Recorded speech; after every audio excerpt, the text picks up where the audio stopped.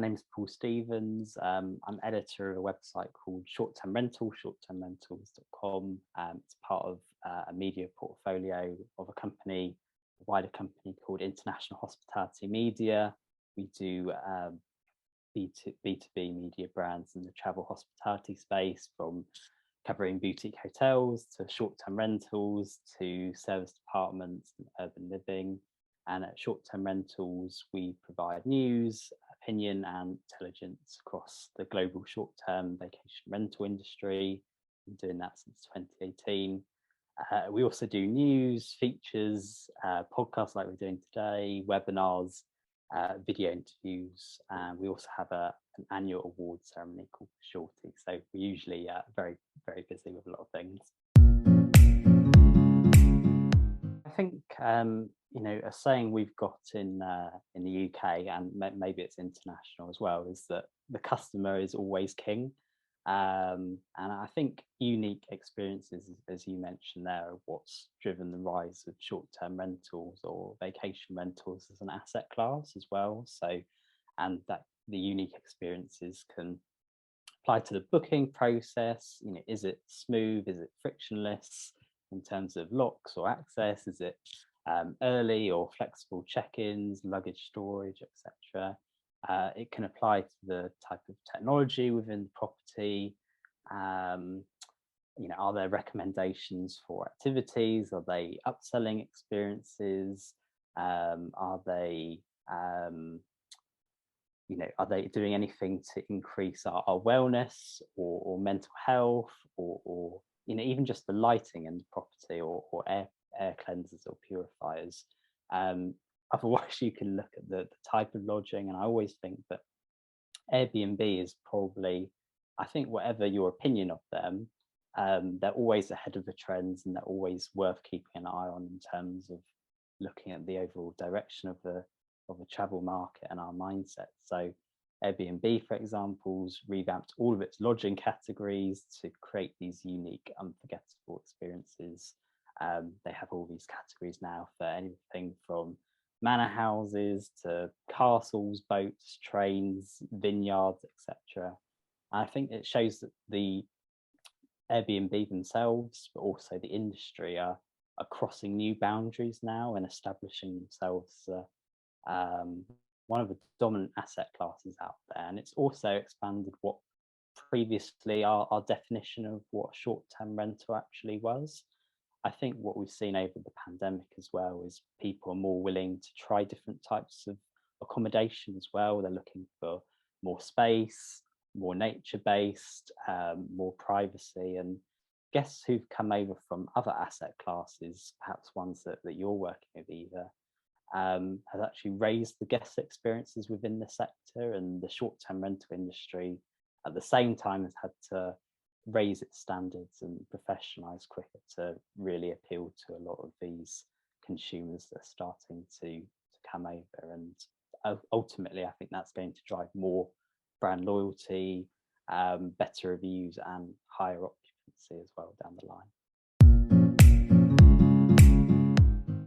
I've just hosted a webinar which was all about the new era of smarter, sustainable, responsible tourism, we called it. And I think there's a lot to unpick from this term as well. We hear a lot about sustainable tourism, but what exactly does that mean? And there's other terms that are being coined now around ethical tourism or responsible tourism. I think whether we're referring to travel consumers or property managers, owners, hosts, booking platforms, OTAs, I think there's far more consciousness maybe of our environmental footprint.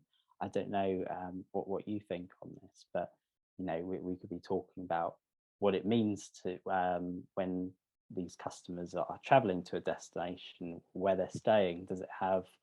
Does their lodging have certain certification, or does it fulfill sustainability criteria as well? So people want to give back to local communities, and we're seeing organizations, I'll quote one for example, like Tourism Declares a Climate Emergency, who are doing great things in the short-term rental and wider travel industry. And people join these so that they can promote more sustainable living and travel. So I'd certainly recommend that people check that out. And we're learning as well that sustainability also equals profitability for travel brands. So some recent data I gathered from YouGov was almost half of all consumers across 43 countries, I think it's 46%, like it when brands get involved in social issues. More than 2 in 5 consumers worldwide saying that they only buy from socially and environmentally responsible companies as well. So I think ultimately the result of sustainability can be more bookings and more brand loyalty, because customers now are more aware of it. They want to do even just a little bit when it can feel quite frightening. I think on a wider point, there needs to be sort of demystification or even education really about what sustainability is in travel and what we can do to reduce our emissions, our carbon footprint, etc. And I think that focus has become more pronounced more now than ever. Again, it's a really relevant point, and I can refer this back to the work we're doing at International Hospitality Media, IHM. Even now, I would say, okay, I'm editor of a website called ShortTermRentalz.com, but we're being encouraged to look and offer an overall insight into the blurring convergence, which are words we hear all the time.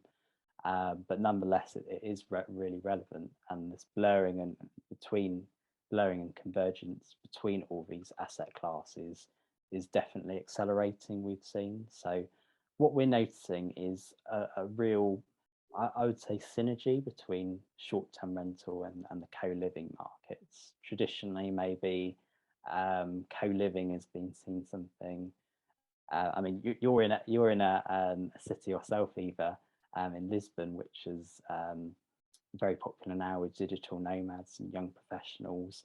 I think traditionally we see co-living as something that is targeted for younger professionals, digital nomads who are no longer confined to working in an office. They're no longer confined to working in one location, but they're working from anywhere.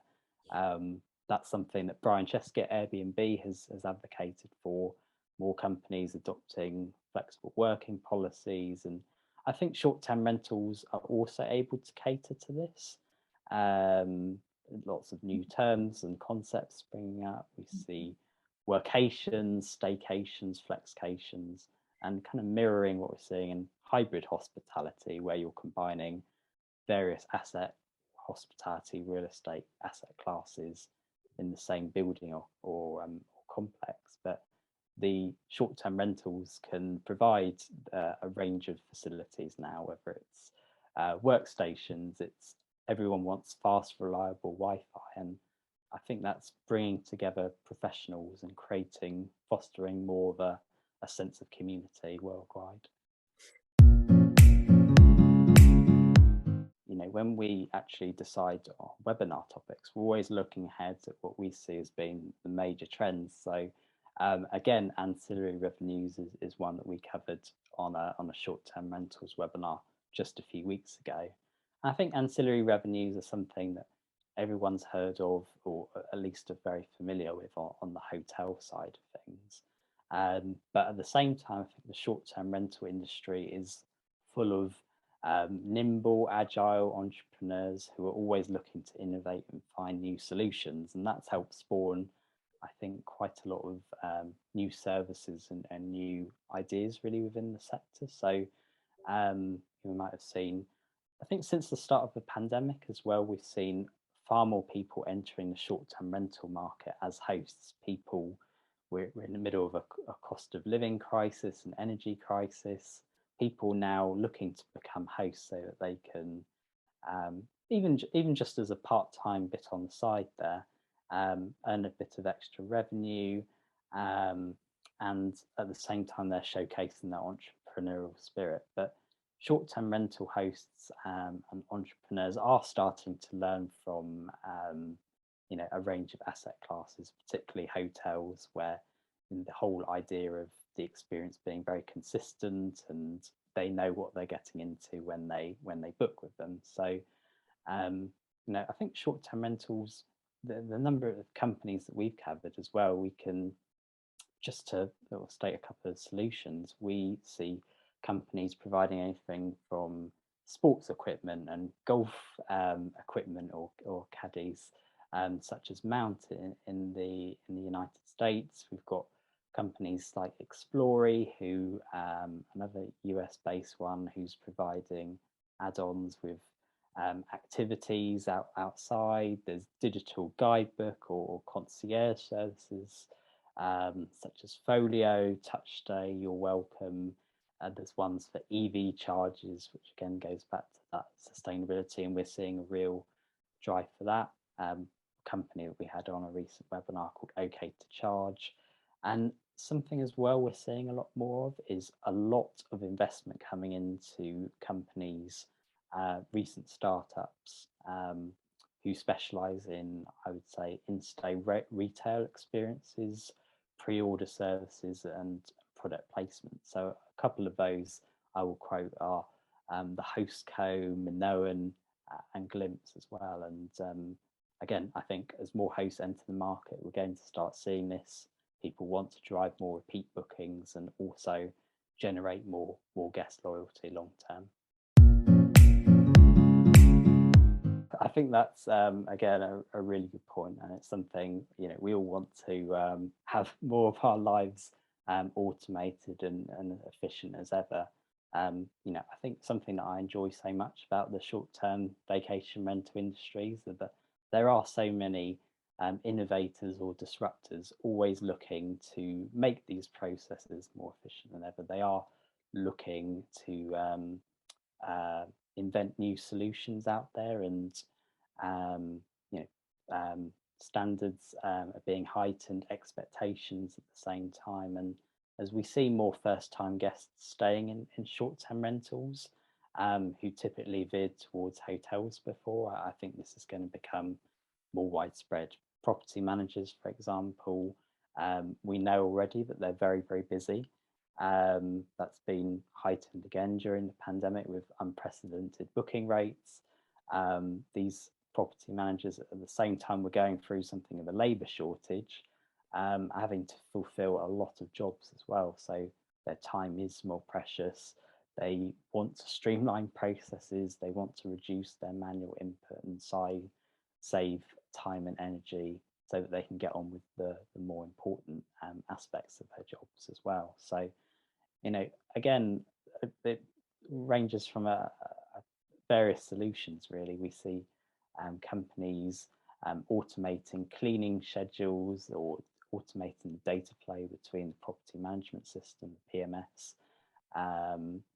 We're seeing automation of channel distribution, automating the whole coordination process and reducing the long sort of flows of emails. And that also comes about with sending confirmation to guests with bookings, collecting relevant documentation as well, whether that's pre-check-in messages or after stay that we know is so important for garnering and fostering that guest experience. So the guest experiences are rising, but it's also an indication of the accelerating professionalization of the space, that people are coming to short-term rentals, and at the same time there is rapid tech adoption within the space. And again, I think as we see more integrations and partnerships, that's going to go align with the longer term shifts we're seeing